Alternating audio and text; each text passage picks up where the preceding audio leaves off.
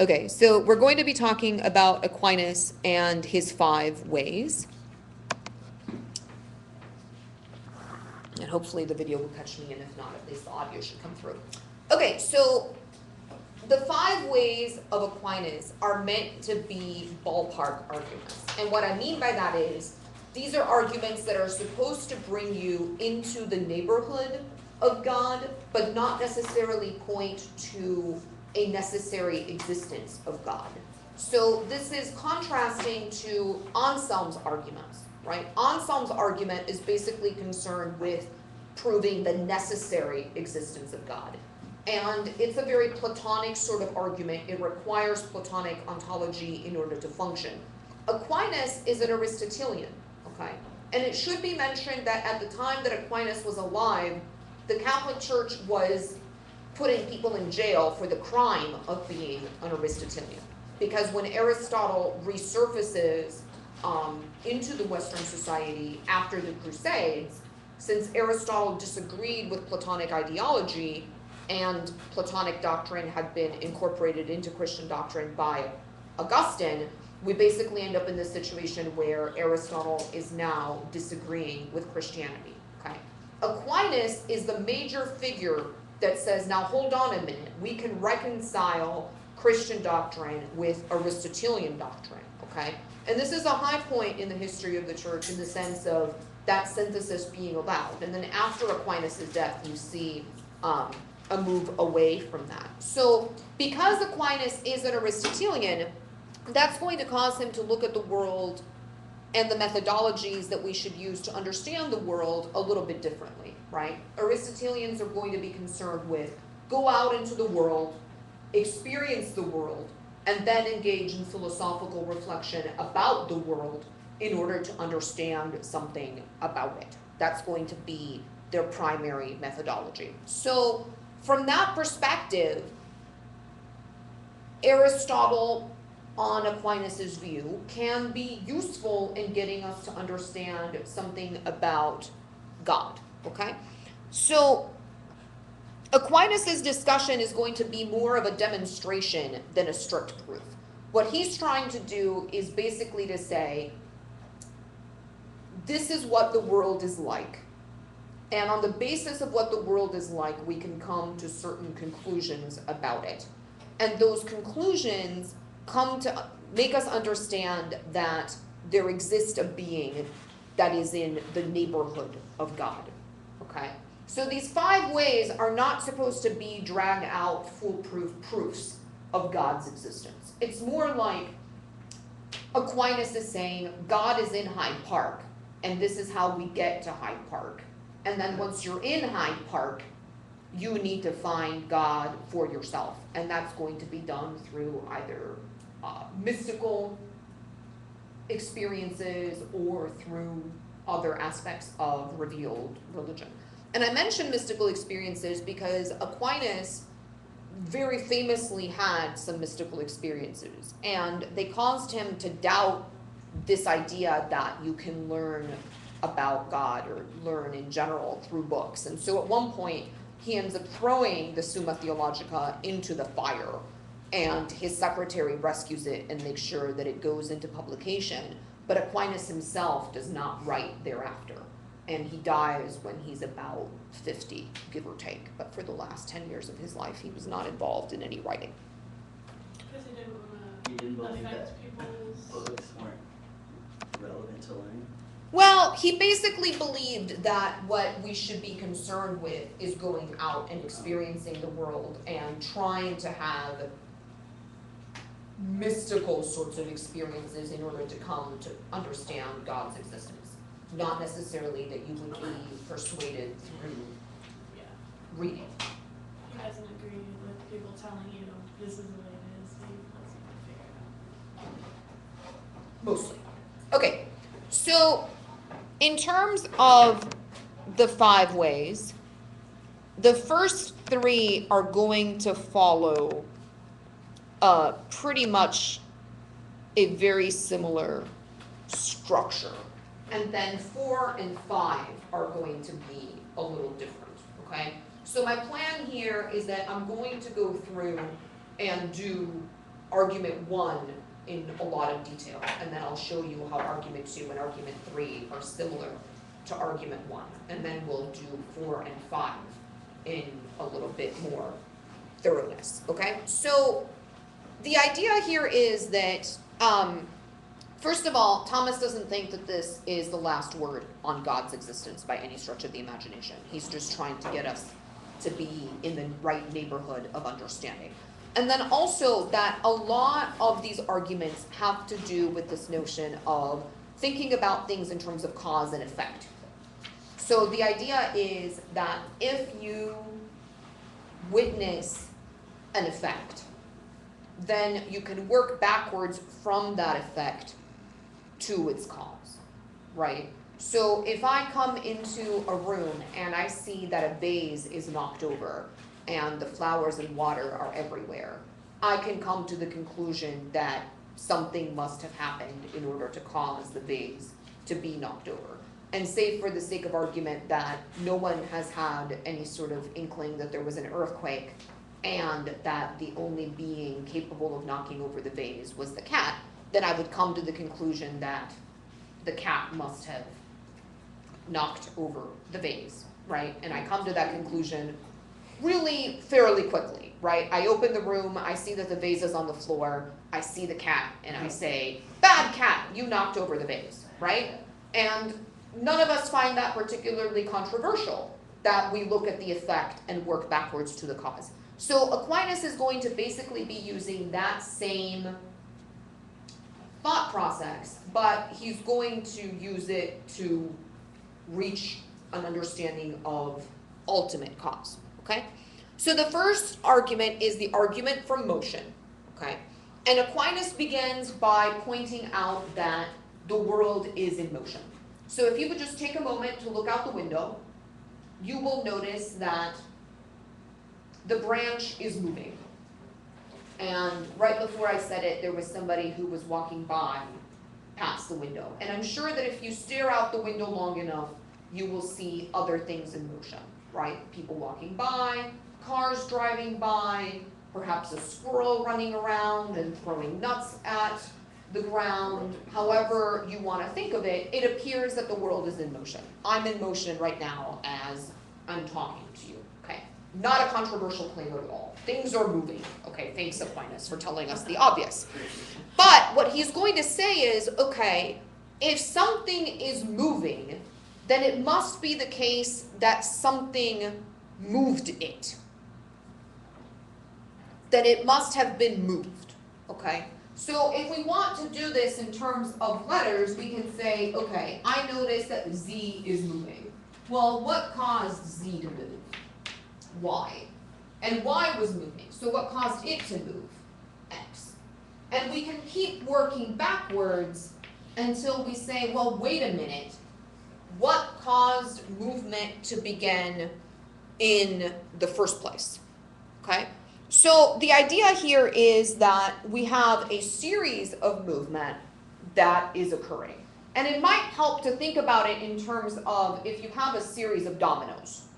And imagine for a second that we videotaped the series of dominoes in such a way so that you see the penultimate domino pushing down the last domino. And then we step back and we see the third from the last pushing down the second, right? So kind of like if you've seen the movie Memento, where you're seeing what's happening backwards. At some point we would have to say, okay, but there must have been someone or something that pushed over the first domino in order for the series to begin falling. Because otherwise, movement could not have occurred at all. So if I witness the second to last domino hitting the last domino, I know that there must have at some earlier point been a first movement that caused the initial series to start falling. Even if I don't have the video footage showing that, I would know that that is the case. So if the series of movers is infinite, then there would be no beginning of motion. And if there was no beginning of motion, then there would be no motion. But when I look out the window, I see that the wind is indeed blowing and causing the branch to move. Hence, there is motion in the world. Okay? So Aquinas comes to the conclusion that there must be a first mover, and that mover cannot move. An unmoved mover. What does that sound like? Oh, It sounds like Aristotle's notion of an unmoved mover or a prime mover, right? So obviously what Aristotle meant by the unmoved mover and what the Christian St. Thomas Aquinas is going to mean by the unmoved mover is going to be slightly different. And this is part of the reason why it's a neighborhood argument, in the sense that Aquinas is basically going to say that this unmoved mover, everyone understands to be God. Not this is God, but everyone understands that this being, whatever other properties he or she may have, is God.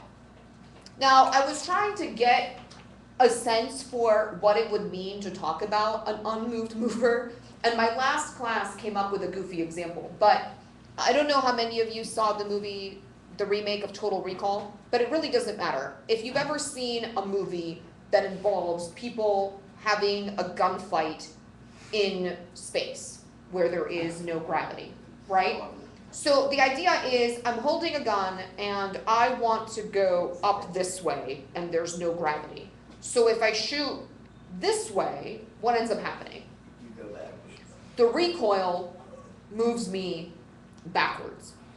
So I don't know what precisely Aquinas means by an unmoved mover, but I imagine that it would be a mover that could shoot that gun without being moved back I guess by the recoil. my understanding as you're talking is that it's just unchanging. He's just unchanging. The mover. Yeah. What he's saying is where's the source of it all coming in from, and obviously it can't be affected by whatever he's affecting back. So I have a theory of what that is actually. I think it's a property of wherever information like gravity and whatnot comes from. I believe it's a separate property of a world that we can never get beyond. Well, let's come back to this when we talk about the fifth way. Okay. Because in the fifth way, Aquinas is going to make some claims about the world being an orderly place and how did it come to be an orderly place. So I think that that's a part of the conversation that we can come back to. So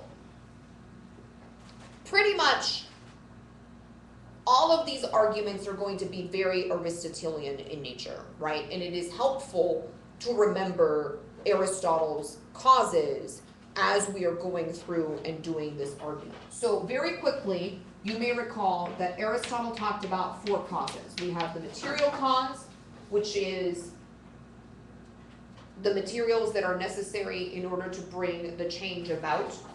We have the formal cause, which is the essence that tells the oak acorn to become an oak. We have the efficient cause, which is the energy required to bring about the change. And then we have the final cause, which is the final purpose of it all. And the unmoved mover, on Aristotle's view, is the final cause of the world in the sense that we are all striving towards the prime mover. And that's not quite what Aquinas is going to mean here, right? So recall, as you're reading Aristotle, that, as you're reading Aquinas, that what he's doing is baptizing Aristotle in some ways, right? He is trying to bring an Aristotelian metaphysics into a Christian theological perspective. And so, of necessity, when that happens, that's going to cause a little bit of your understanding of Aristotle to change and a little bit of your understanding of Christianity to change. So, the second argument is the argument from efficient cause. And it once again begins with this idea of go out into the world and experience it. And when you experience the world, you notice that everything is an effect of some earlier cause. And in addition, that what I think of as having been the cause is in turn an effect of some even earlier cause than that, right? So if you were to say, well, how did I come to being in existence? Well, my mom and my dad, they met and they had an inkling in each other's eye, and that caused me to come into being, right? So they are the cause of the effect that I experience as myself.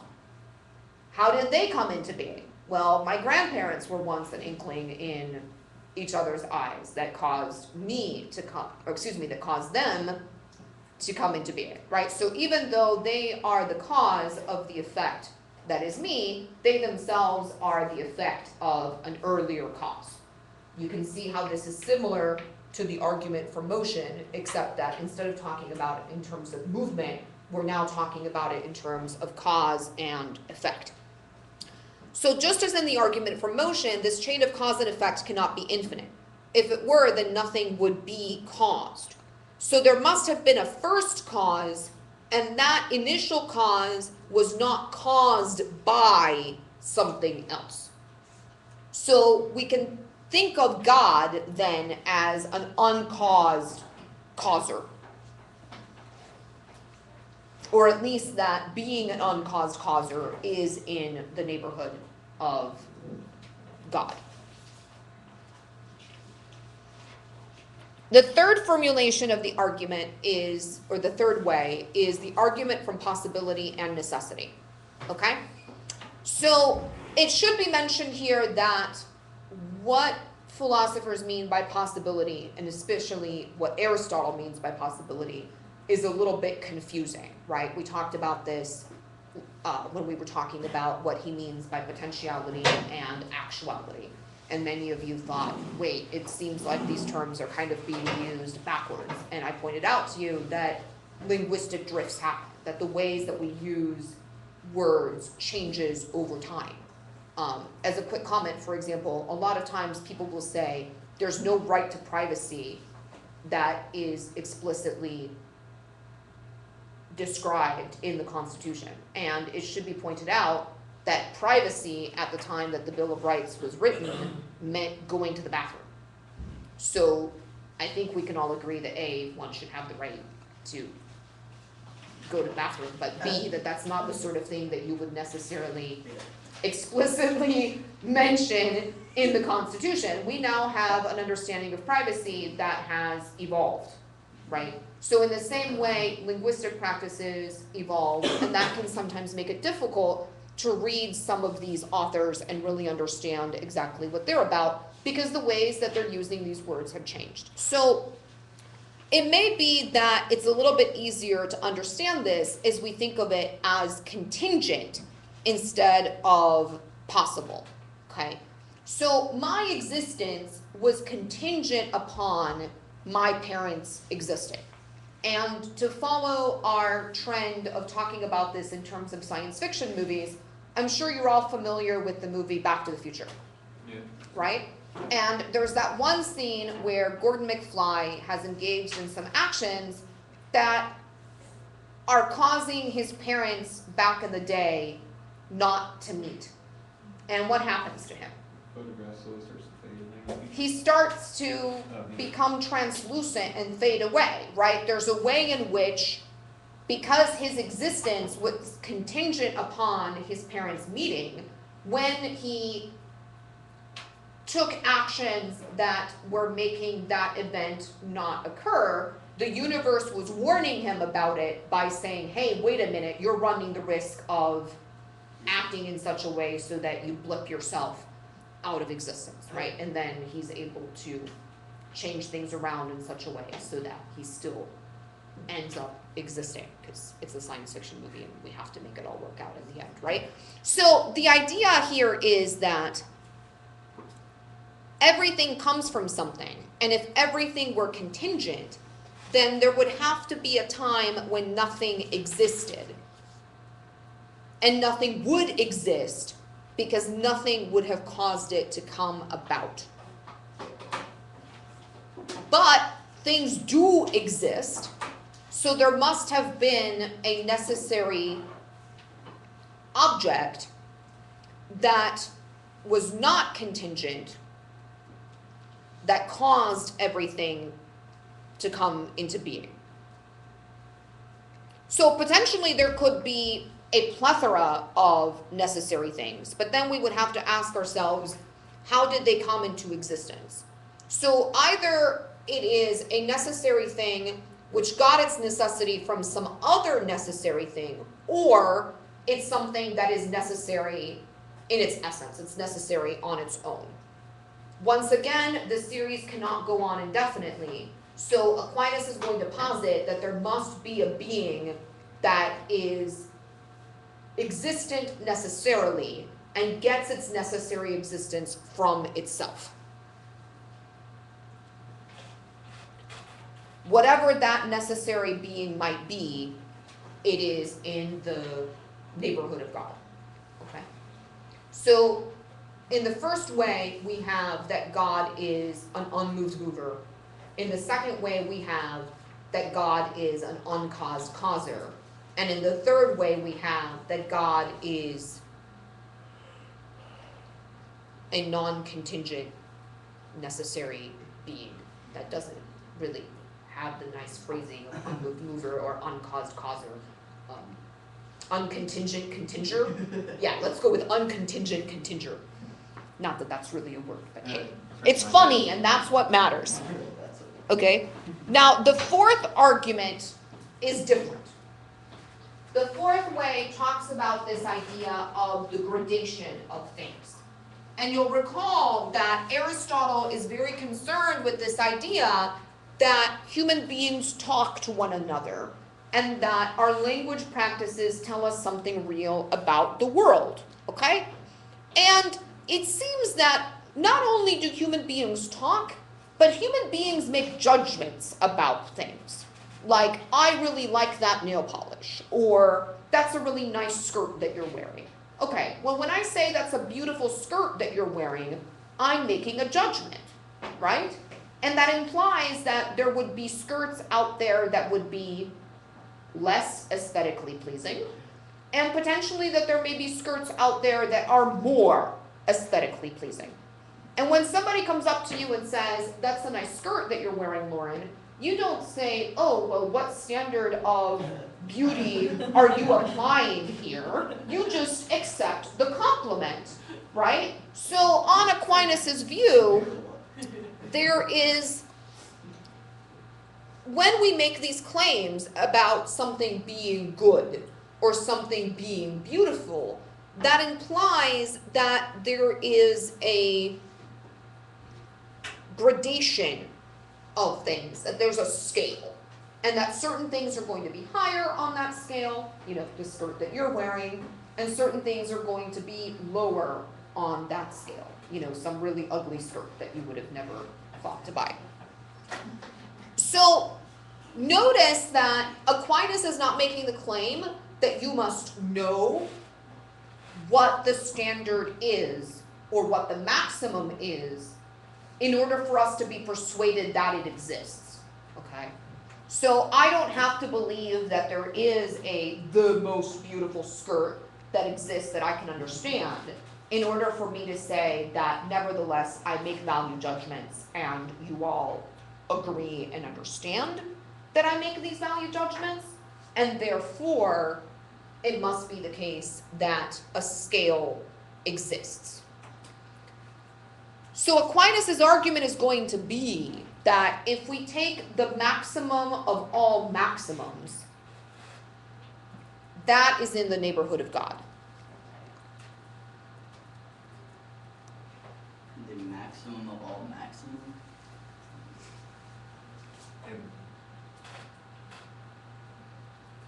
So if making these judgments required that we know the maximum, then we could know what the cause directly, say supreme reality. And that would be problematic in the sense that his strategy in the previous three ways is to talk about the effect of God, because we don't have any way of accessing the cause of God.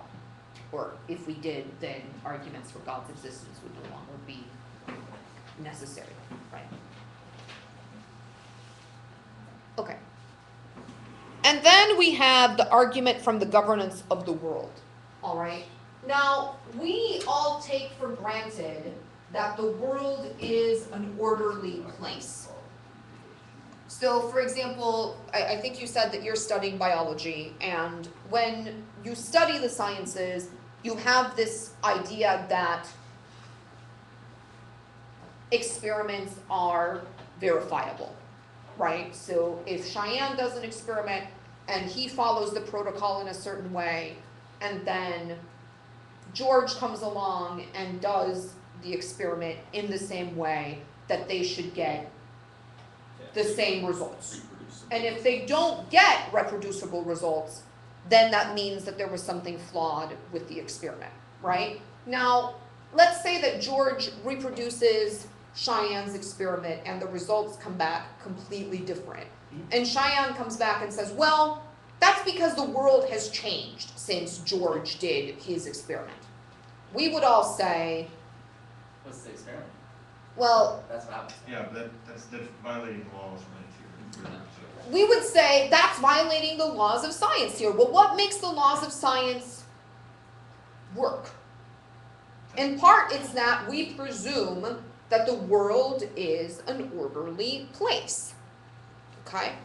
And Aquinas is going to say it's an orderly place because it was designed to be an orderly place. Now, if you were to pick up a book on does God exist of any sort, many of the strategies that you would see employed in trying to answer this question would fall under the category of the argument from intelligent design. And you might read these people and think, oh wow, how wise they are, and how did they possibly come up with this idea?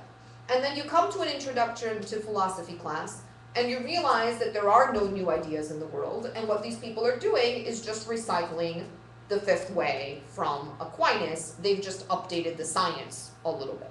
And that's, by the way, one of the reasons why I really like studying philosophy, because it makes me feel really smart when somebody says, oh, here's this brand new argument, and I can say, that's not new. Aquinas came up with that hundreds of years ago, and let me show you what the original formulation of it looks like. So, you have probably heard some formulation of the argument from intelligent design. It's sometimes referred to as the teleological argument, but essentially, it falls under this category of you witness an arrow going towards the target. And the arrow appears to behave intelligently as it is heading towards the target, right? It doesn't zig and then zag and then go up and then go down and kind of go around and then just fall. It heads towards the target and then it reaches the target and sinks in. Now, that intelligent behavior cannot possibly be attributed to the arrow itself. Right, arrows don't have the kind of neurological capacity that we associate with intelligence, for one.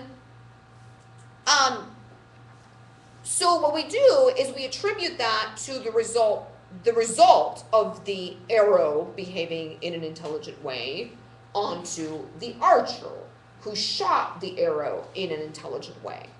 So in the same way, natural bodies such as rocks behave in a way that has orderly results. Rocks fall downward, and this tendency contributes to the orderliness of the world. If rocks sometimes fell sideways, then we would not live in an orderly world, and we wouldn't be able to make sense of the world. Okay? So basically, Aquinas' view is that the world exhibits orderliness. That is to say, a design, a rational orderliness of things. And in order for that to be the case, there must have been a designer that designed the world to have these properties. And once again, that designer is in the neighborhood of God.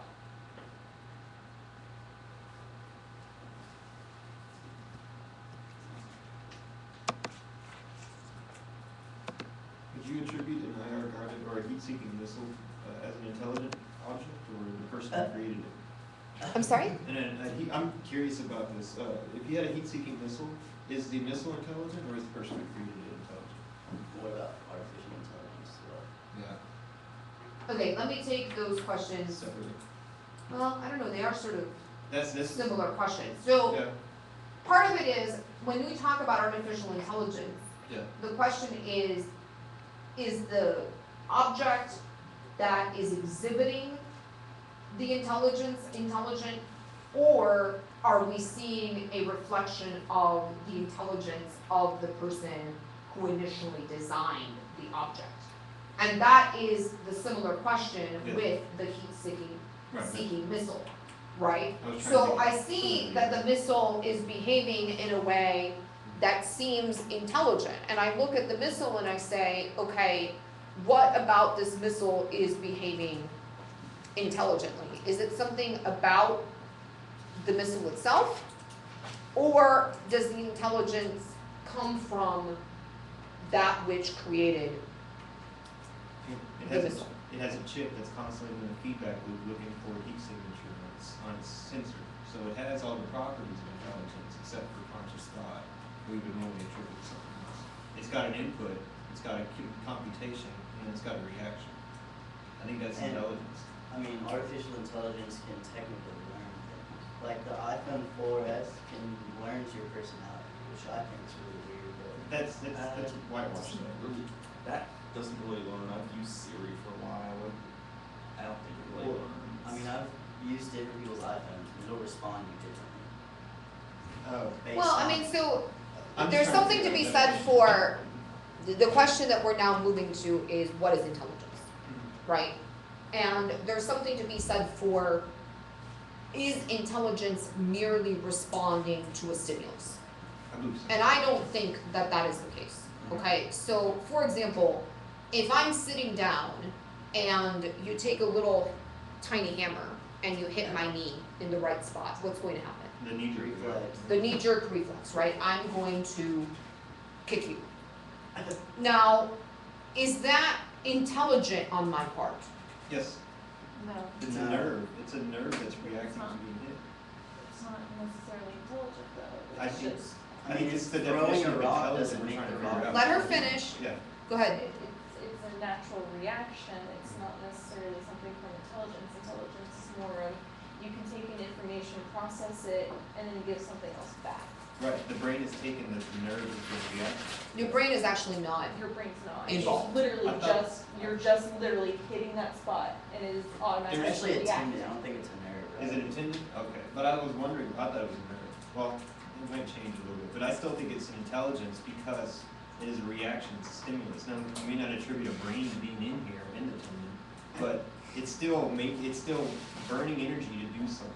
Whether or not it's intelligent. Well, so I think that the I'm difference coming from that between side of the argument. intelligence and programming, personally, is that intelligence can say, I'm going to choose to do differently here, Mhm. right? So a heat-seeking missile is only capable of seeking heat, Right. and it can't do anything else. But if you tell a human, seek this target, the human is able to think about things like, is it legitimate for me to be seeking this target? Right. Does this target have children that might miss it if it dies? Has a trial gone on to show that this target is legitimate?